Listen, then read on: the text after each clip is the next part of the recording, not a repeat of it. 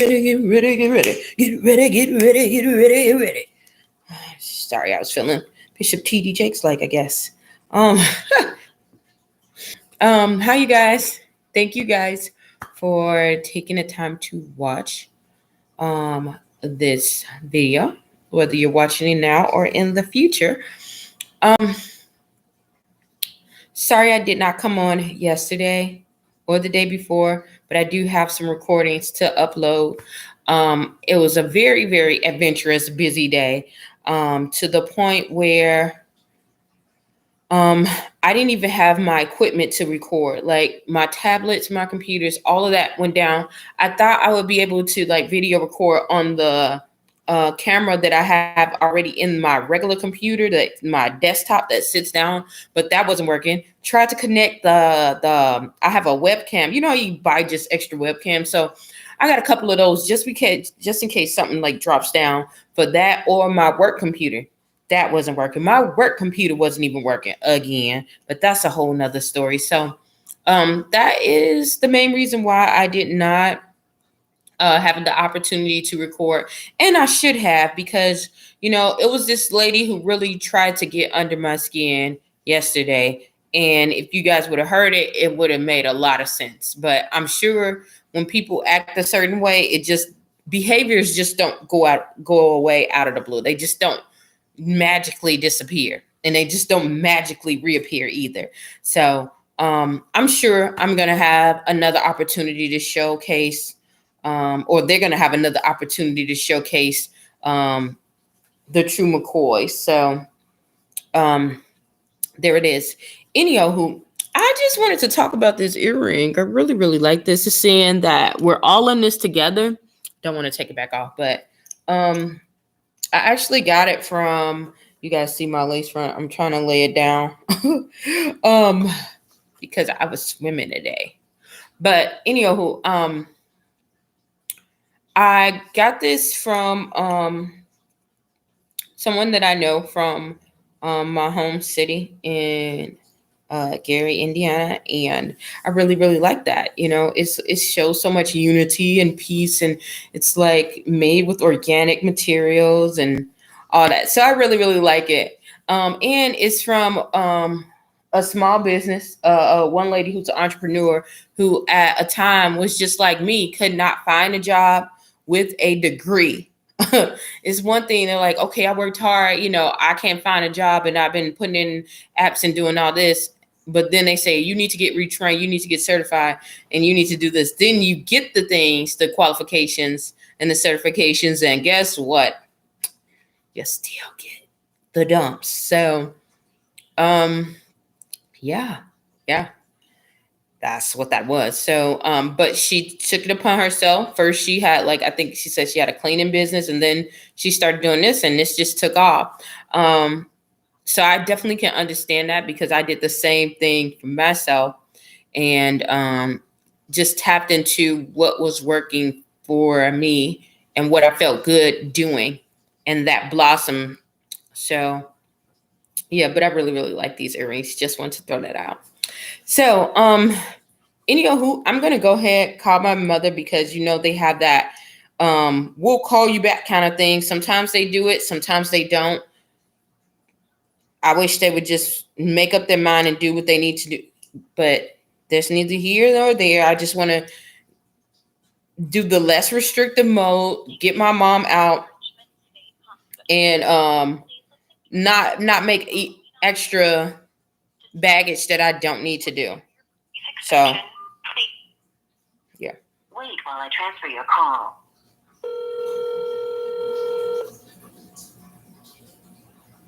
Richmond State Hospital operator. Hi, I'm calling for 420 Unit A.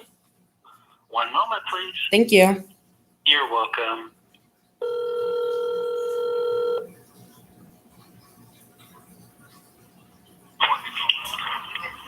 28, this is John. Hi, John. The unit code is 420 Unit A. I'm calling for Patricia Dean. All right, give me just one moment, okay? Thank you.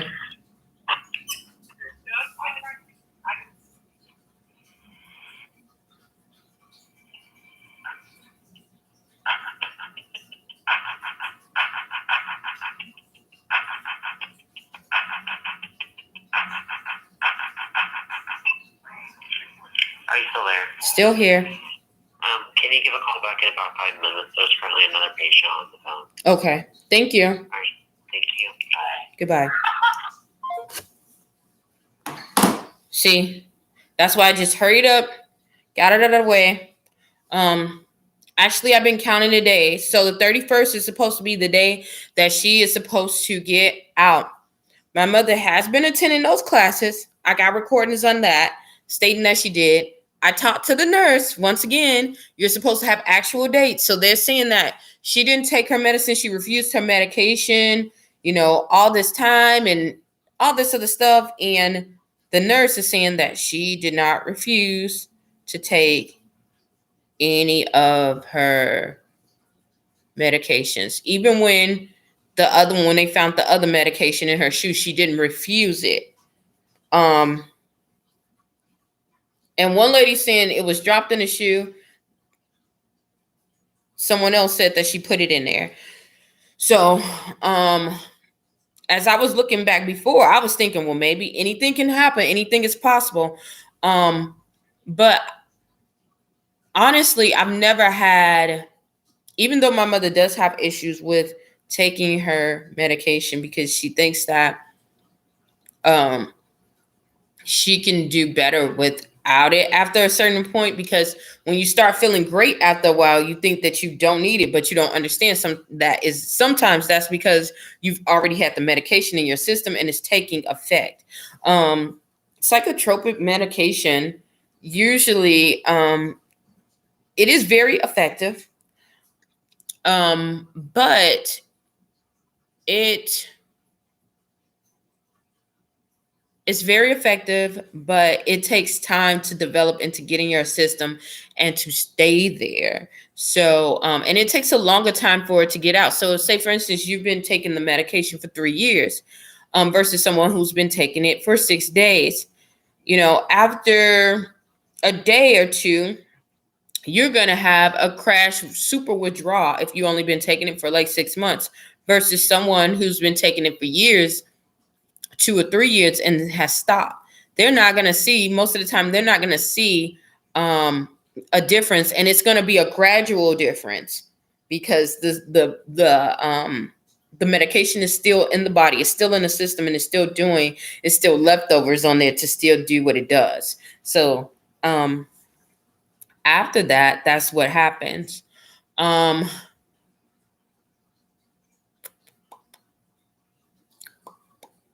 So yeah, you won't see much of effect until later. It'll be a gradual effect. So yeah, but anyhow, like I said before, my mom usually never, I usually never can't use those two in a sentence, Bill. Um, usually she does not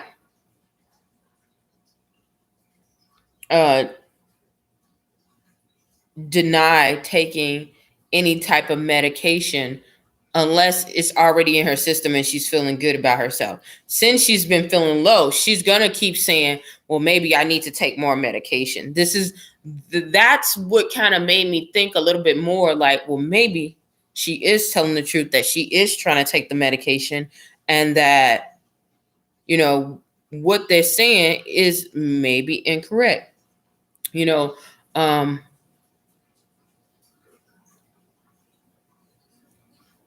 you want to give the professional the not the benefit of the doubt, but you do want to give them leeway. But when you feel or you sense something inside, I don't care what it is, don't second guess it. And I'm learning about that. And I listen, from the first time, I kind of felt eerie about that. The second time, when they came with the whole shebang bang of them not telling us what was going on with my mother, it kind of made me feel very antsy and very nervous. So I don't take chances on listening to other people, or listen to someone because they have a title associated to their name. So yeah. So that's kind of about it. What else did I do today, y'all? I did quite a bit. Most of it was doing schoolwork because the more you're in this field and you're dealing with people, anything you're trying to deal and be better, you're gonna constantly have to go to school. You're gonna constantly, if you don't go to school, you're gonna have to do some kind of train, some kind of outside observance. I would rather do the outside observance because I like the hands-on sensory kind of thing, and you really learn things when you have a hands-on thing, a hands-on grasp of it.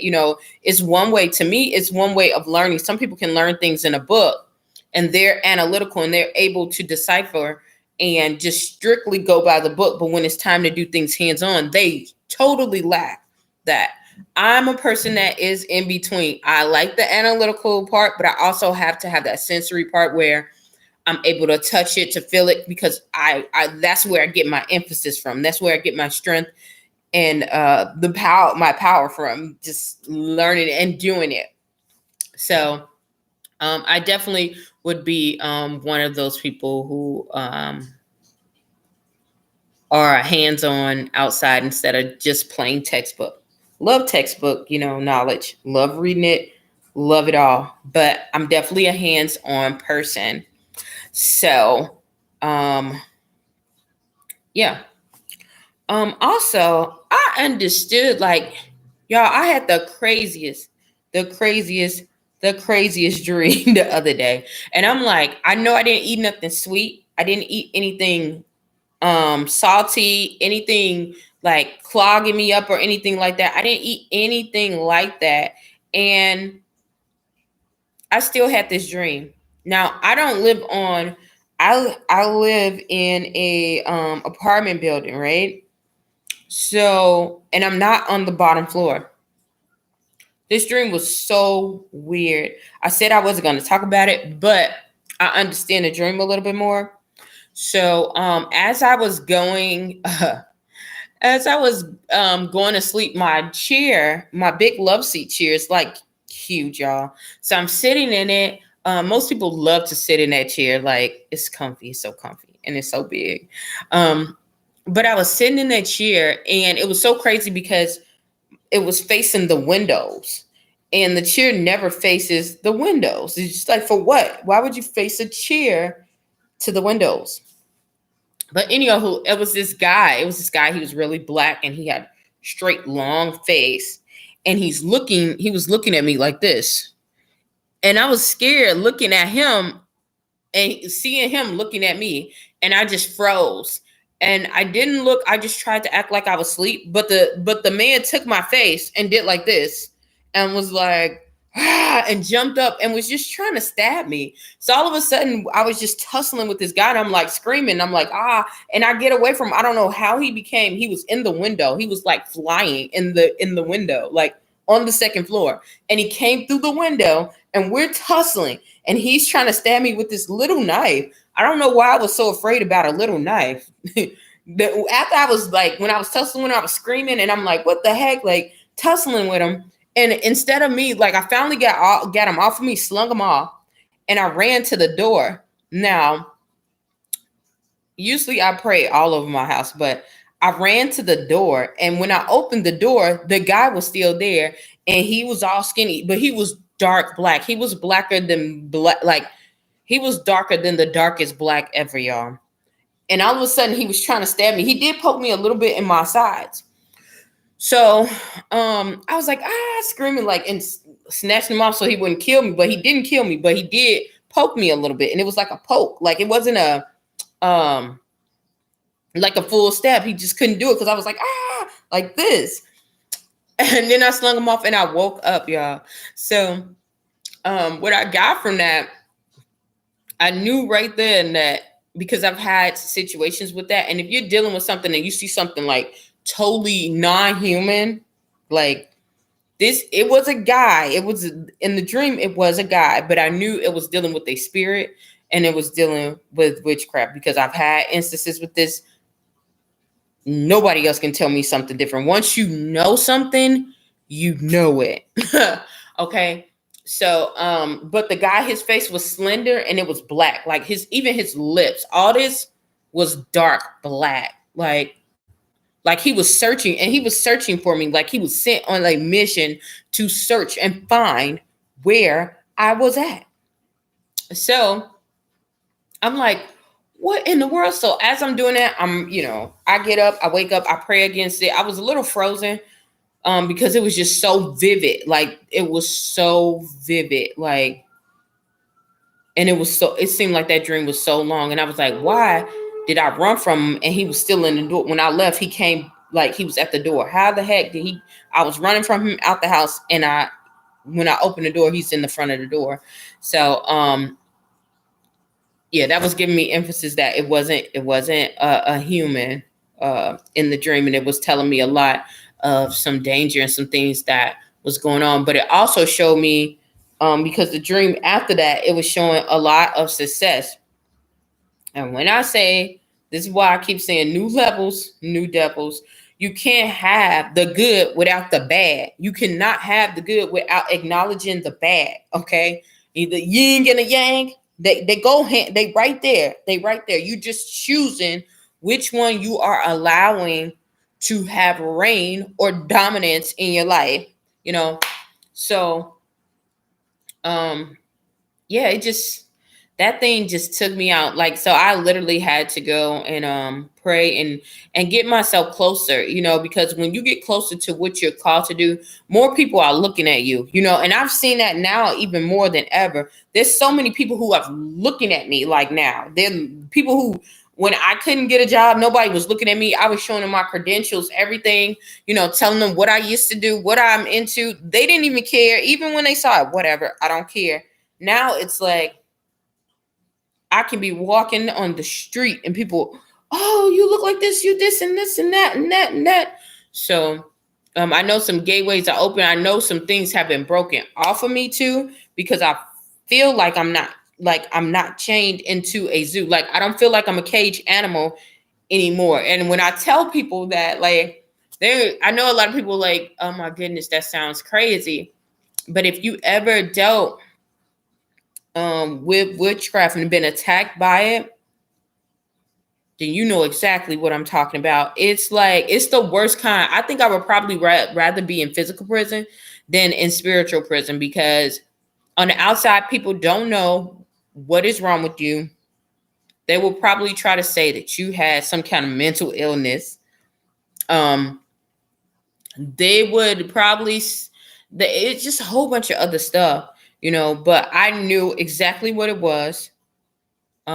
Even during the process. And that was another reason why I kept videoing my whole life in this whole dialogue. So then when things go around, they won't be just listening to me. They can make their own choices based off of decisions based off of what I'm telling them is happening. Truth prevails over everything. Truth will be the truth. If I say it, if a dog said it, if a cat opened up his mouth and started saying, if the rocks cried out and said it, if Satan himself said, truth is true. Well, but you know what? He don't even like the truth, because truth gonna set you free. So he ain't gonna have no power when he get the truth. So he try to have the truth, but still the truth is the truth, no matter who say it. So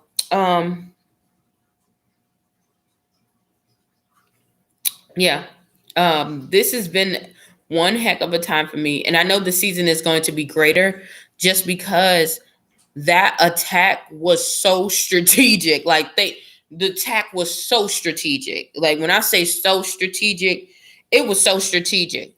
And then it was so crazy. Like, God is so good, because God will show you exactly who doing it and why they doing it. God was just showing me, like, everybody who you want to be around, this is why I'm telling you to get away from them. You want to keep and hold on. Some of these people only there for a short time. Some people don't want to see you do better. They want you to do better, but not better than them. And if they see your anointing is great, they feel like they in trouble. If it look like your anointing is greater than theirs, they in trouble. They feel like they in trouble. So, yeah, be careful with that. I know that this is the season for God telling me to get prepared, and not only that, but to rest and stay inward, and to pray, pray and fast and get focused, and that's what I'm trying. That's what I'm trying to do, y'all. because it's crazy, yeah, it's crazy. Anywho, let me go call my mom again. Let's see if we're gonna do that and they shouldn't even have anybody else, but they probably gonna say it is though.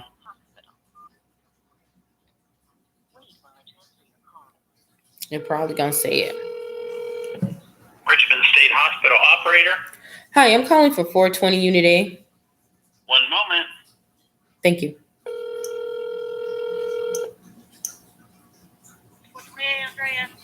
Hi, I'm calling for Patricia Dean. The unit code is 420 Unit A.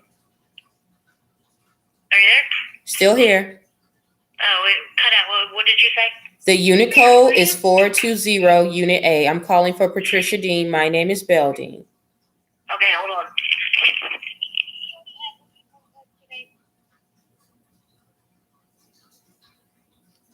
Now she's asking her, did she have her 2 calls today? Knowing that she didn't, because it's only 2 people that call.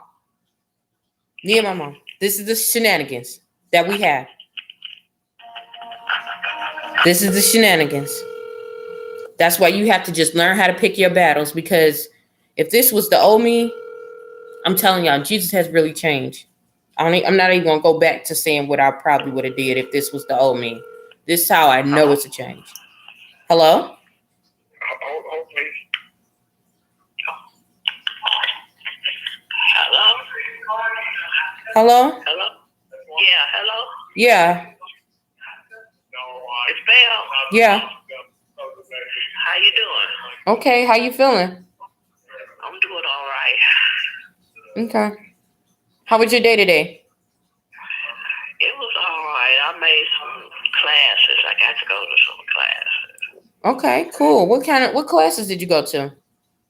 Craft. And what else? I forgot. It was just like craft, though. Just in a different place. Oh, okay. Well, that's good. Yeah. Who taught the class? One, it was make a color horse, and the other one was a rainbow. The other was Rainbow. Yeah. Who taught the class? Who was the teacher? I don't know. It wasn't your case manager? No. Oh, okay. We had to go to the class. I thought she taught a class. Huh? I thought your case manager taught a class. No, we got to go to the class. No, I said, is your case manager one of the teachers in the class? Yeah, I guess so. They want to keep me. What? What did you say? I said, your case manager, isn't she one of the teachers in one of your classes? No. She's not? No. Oh, okay. Okay. And she be running too. When she comes, she's only a little while. Then she gone. Okay. Okay. Well, that's good, Mom. Keep up the good work. You'll be on your way out of this soon. Just keep following the program. Huh? I said, you'll be on your way out of this soon. Just keep following the program. I think so too. By March, don't you? The end of March. Well, that's what we hoping, but we'll see. That's what Yeah, we'll definitely see about that. What you eat today? Yeah, it ain't like I have to go the end of March, and I want to go someplace else. They talking about Edgewater for some people. This dude said he ain't going no Edgewater. You not going to Edgewater. I don't know about no other person. Well, I know they do say it. I've been to Edgewater. I'm going to leave there. I'm going to say I can't go. Edgewater and Gary. Mm, mm, mm, mm, mm, mm. Okay, so what you eat for breakfast? Waiting for dinner. No, I said, what did you eat for breakfast? Oh, sausage, crispy, rice crispy, banana, grape juice, Okay. and And what else? that's it, and milk. And milk. Okay. Mhm. Well, that's good. You remembered that much. That's good. What you have for lunch? I don't remember. Don't remember. Do you remember what Right. you had for dinner? You just had dinner. I'm having dinner right now. No, you having dinner right now. What you having now? They ain't brought it out yet. You mean snack? No. Y'all having What? dinner at 6 o'clock? Usually it's at 5, but it's late. It's late. Why was it late? I don't You know. don't know. I know. I know you don't know. I'm sorry, Mom.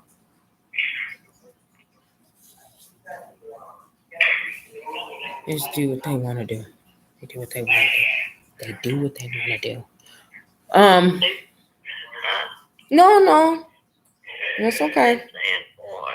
They playing cards. You want to play? No, I want to You eat. want to eat?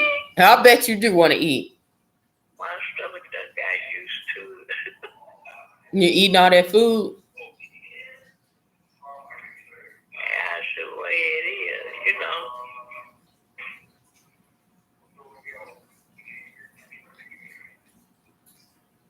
Okay. All right, Mom. Well, if you want to get off, I'll talk to you later. Okay, love you. Love you too. Later. Later.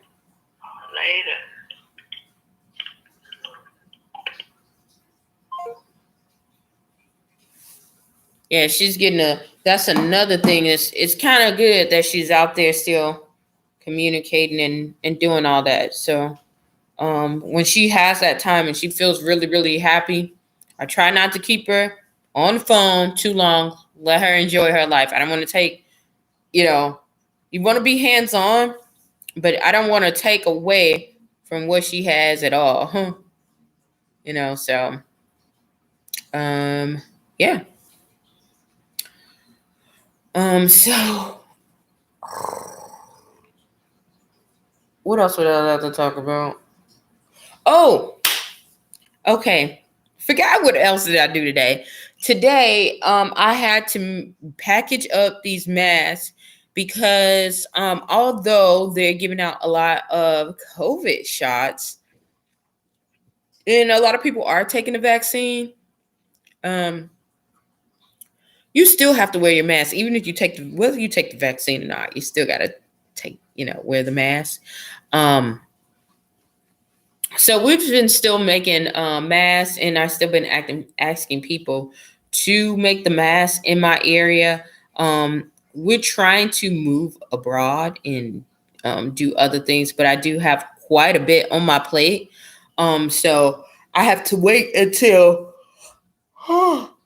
excuse me, the board or the group that is in charge, because it's not just me now. In order to do something bigger, you have to connect with other people and other like-minded people, and see when is a better time to expand. Currently, we have created over 2,000 masks, um, and that's free of charge, meaning it was either the fabric was donated, the time was donated, um, or the masks were just literally donated. We don't get paid to do this. It was just something that I felt that anyone can have a part in, whether you want it to be directly on the front lines or behind. I will say this: a lot of people are on the back end. I'm mostly in between on the back and connecting in the front because I'm already there. I'm dealing with I'm front line on like front line right there dealing with everything that goes on. I'm going to show you, I'm going to put it on let's see. It's called Hugs and Kisses, and it's actually on Facebook. We haven't really uh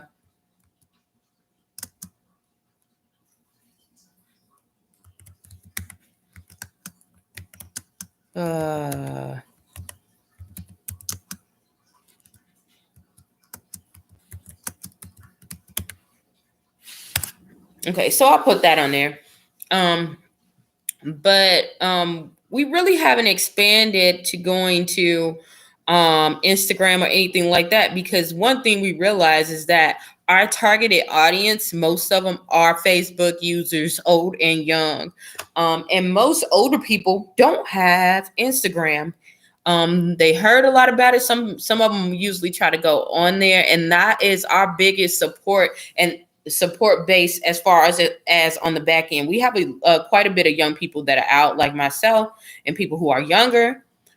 We also have some people who are in the middle, doing the marketing, getting the word out, knocking on the doors, things like that, giving them information.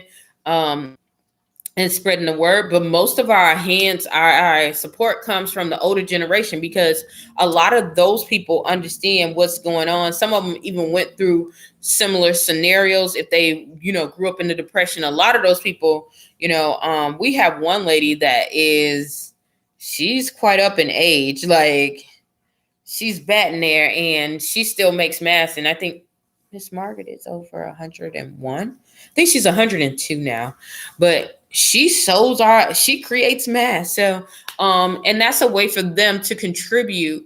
Whereas they wouldn't even have, Luna, what are you doing? Luna, back on up. She looking something. I thought I left something over there. I don't know what she's doing, but she being slick. Get away from there. Luna, get away from there. Going on. Thank you. Okay, so that is their way of contributing and getting their voices out, making their contribution to the cause, because they might not have the strength to go out and, or even it might not be wise for them to go out and expose themselves because they're more at risk. However, they're taking a part as, okay, I have the funds. I can donate and put it towards this cause and push out the product. So we have people who are like that. We also have a lot of people who